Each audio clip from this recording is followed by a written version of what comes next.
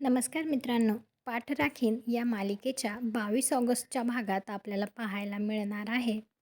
प्राजक्ताची मामी वैद्यबुवांना म्हणत असते, देव आपल्याला एक एक संकेत देतोय, पण आपण नशिबाला दोष देणार की यावेळेस आपण एवढं कानावर पडूनही काहीच केलं नाही. हे ऐकल्यानंतर आता प्राजक्ताचा मामासुद्धा म्हणतो की आलोकराव कसे आहेत हे आता मला त्यांच्या तोंडूनच ऐकायचंय. परंतु प्राजक्ता तर खुशच असते, कारण ती हे सगळं भाग्यासाठी करतीये. पण खरं तर आता या सगळ्यांमुळे भाग्याला सुद्धा संशय आलेला असतो आणि त्यानंतर आता रात्री ती तिच्या वडिलांना म्हणत असते, बाबा पण या सगळ्याची खात्री करायला हवी. तर ते तिला म्हणतात, पण कसं? तर भाग्या म्हणते, उद्या हळद आहे. पण आपण चौकशी करायला जातोय हे प्राजूला कळता कामा नये. तर आता ते म्हणतात, मला जरा जरी गडबड वाटली ना यात, तर मी हे लग्न मोडायला मागे पुढे पाहणार नाही. शेवटी आपल्या प्राजूच्या आयुष्याचा प्रश्न आहे.